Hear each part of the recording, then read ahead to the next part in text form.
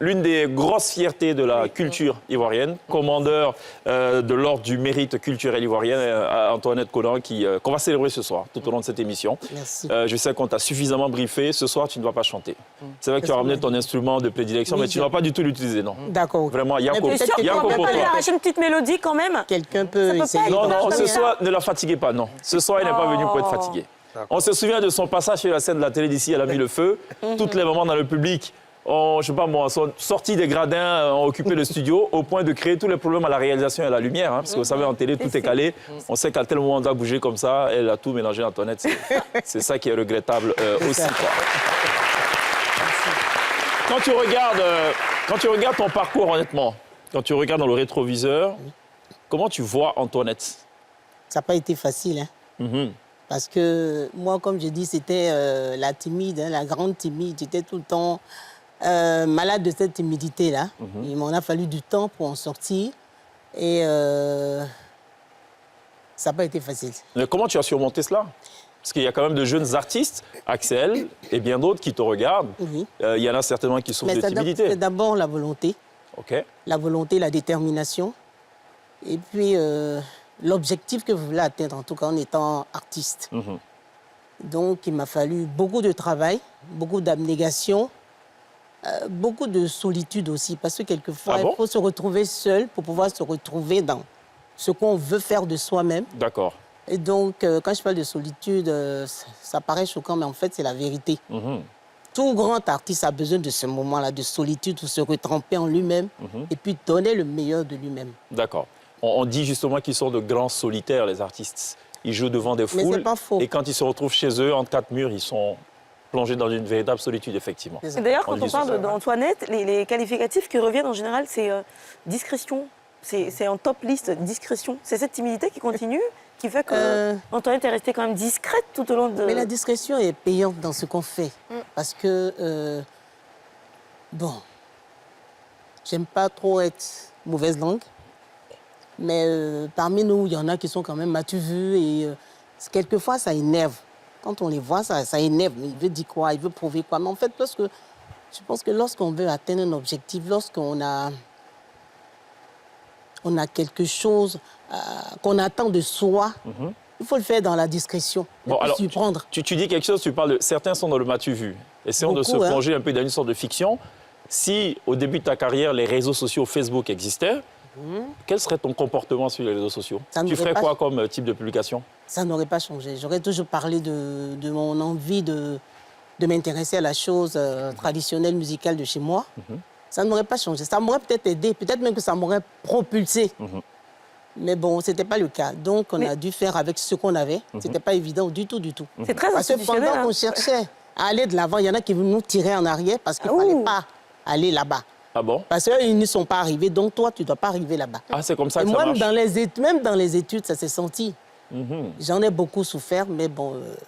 Quand tu dis il y a certains, c'est des collègues artistes ou... Quelquefois, ce sont des responsables, quelquefois, ce sont des collègues. Quelquefois, même, c'est dans le public. C'est des gens que tu ne connais pas, mais qui sont mauvaises langues, qui ne veulent pas que tu atteignes tes objectifs. Donc, tu les énerves, quoi. On va regarder ce petit medley qu'on a préparé. On résume un peu Antoinette Konan. Bon, on a essayé, c'est pas évident. Antoinette, c'est combien d'albums?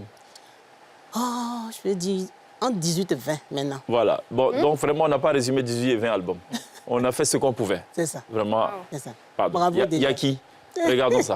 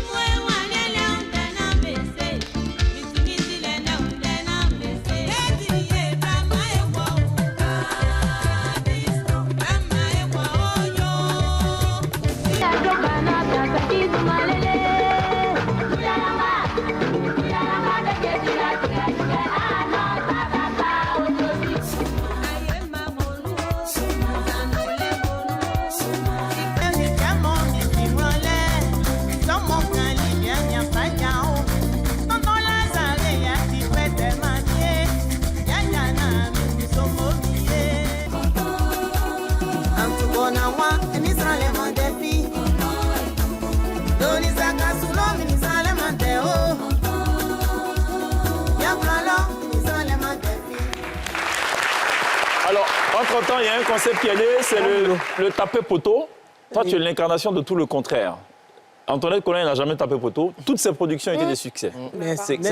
Même si le souhait de certaines personnes, c'est que je tape poteau, mais je rebondis toujours. Après 40 ans, il y en a qui espèrent encore que tu tapes poteau. Oui, je rebondis toujours, malgré ça. Oui, oh. Qui écrit tes chansons?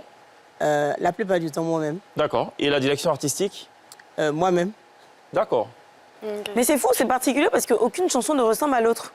Non, mais alors que quand on écrit soi-même, le danger justement, c'est ça. Oui. C'est que les chansons puissent se ressembler. Reflète, voilà. Mais tu as l'impression chaque fois vous réinventez en fait. Vous allez dans le bois sacré, Antoinette. C'est mieux comme ça. Non, c'est l'école de musique. C'est ça. C'est l'école de musique. Mais c'est bien que tu parles d'école de musique parce que tu démarres, je pense, avec l'orchestre de la RTI ou pas? Oui. Parce que c'est juste de le tout en dire. étant à l'école de musique. Oui, Ok, à l'INSA. d'accord. Oui, j'étais déjà à l'INSA quand j'ai commencé à l'orchestre de la RTI. Donc, ça m'a valu vraiment tout ce que vous pouvez imaginer de négatif. Hein.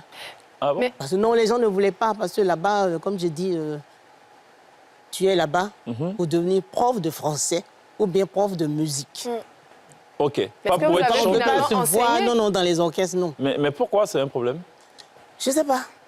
Je ne sais pas, c'était vraiment une belle bévue parce que par la suite, j'ai vu que ceux qui sont venus après nous, ils étaient à l'aise, faisaient ce qu'ils avaient envie de faire pratiquement. Et moi, on m'a pénalisé. Tu as joué avec de grands artistes ivoiriens quand même. Oui, j'ai eu cette chance. On peut s'amuser à les citer. Jimmy Hyacinthe. Jimmy Hyacinthe, François Louga, Ernesto Djegé, eux tous pratiquement.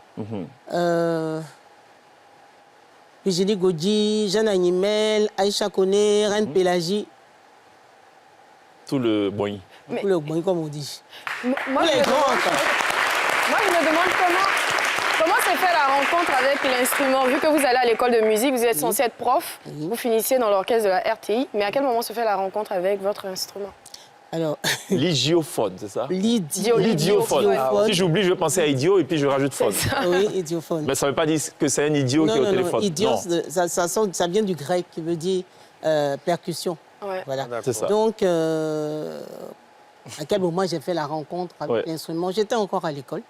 Et un monsieur qu'on appelle monsieur Amédée, Coco Tano Amédée, qui m'a découverte. Parce qu'il me suivait, puisque je suis la sœur de Guémy Hyacinthe, lui travaillait à Guémy, et à son âme. Et donc, il me suivait de près. Et donc, chaque fois qu'on finissait les cours vers les 17h, il me disait, bon, si tu peux, passe nous voir à Ivoire Parade. Ivoire Parade, c'était le bureau de Jimmy, de Ramo et Drago, d'Amédée lui-même. Il était là-bas. C'était sur l'avenue 16. Vers l'école régionale. Voilà. Et donc, après les cours, on partait là-bas. Je n'étais pas la seule. Il y avait un certain nombre d'artistes qui y allaient pour bénéficier des conseils des uns et des autres. Et donc, Amédée, lui, c'est moi qui l'ai vu parce qu'il est baoulé. Il est très baoulé. Et venant de Toumoudi, il m'a dit, écoute, il y a un instrument. Quand tu es là-bas, tu joues de quel instrument? J'ai dit que on joue du piano ou bien de la guitare. Il dit, mais qu'est-ce que tu vas en faire? Si tu dois aller, par exemple, représenter la Côte d'Ivoire quelque part, où tu iras, il y aura déjà des joueurs de piano, il y aura des virtuoses. Et donc, tu ne pourras pas te mettre à leur niveau, tu ne seras pas à la hauteur. Donc, moi, ce que je te suggère, c'est d'apprendre à jouer d'un instrument traditionnel. Vous imaginez un peu. Moi, je suis né à Trècheville, dans les années 60. Donc, j'ai un peu olé. Et donc, je ne m'attendais pas à cette proposition. Donc, je demande, mais je fais comment? Puisque je ne connais même pas de quoi je ne sais même pas de quoi tu parles. C'est cela. Il dit, mais c'est très simple. Je t'accompagne où tu peux apprendre l'instrument. Et donc, il m'accompagne à Koumassi, derrière l'école Baradji. Derrière l'école Baradji, où il y avait une dame qui résidait là, qui s'appelait Mamie Boswaya. Donc on la connaît parce qu'elle jouait souvent de l'instrument et quelquefois même je crois que les gens venaient là et puis bon ça faisait sortait des mini-concerts et tout. Donc elle était très connue. Donc moi j'arrive là tout apeurée parce que je ne connaissais pas l'instrument. Et puis bon mes mamans, j'ai beaucoup de respect pour mes mamans. C'est ça. Donc aller me joindre à un groupe que je ne connais pas en plus qui sont des femmes qui peuvent me mettre au monde, c'était pas évident. En plus tu étais timide. Donc il m'a accompagnée au début, une fois, deux fois et puis après il m'a dit mais maintenant tu peux y aller. J'ai dit oui. Et c'est comme ça que ça a commencé. Et donc c'est là-bas que l'apprentissage va se faire.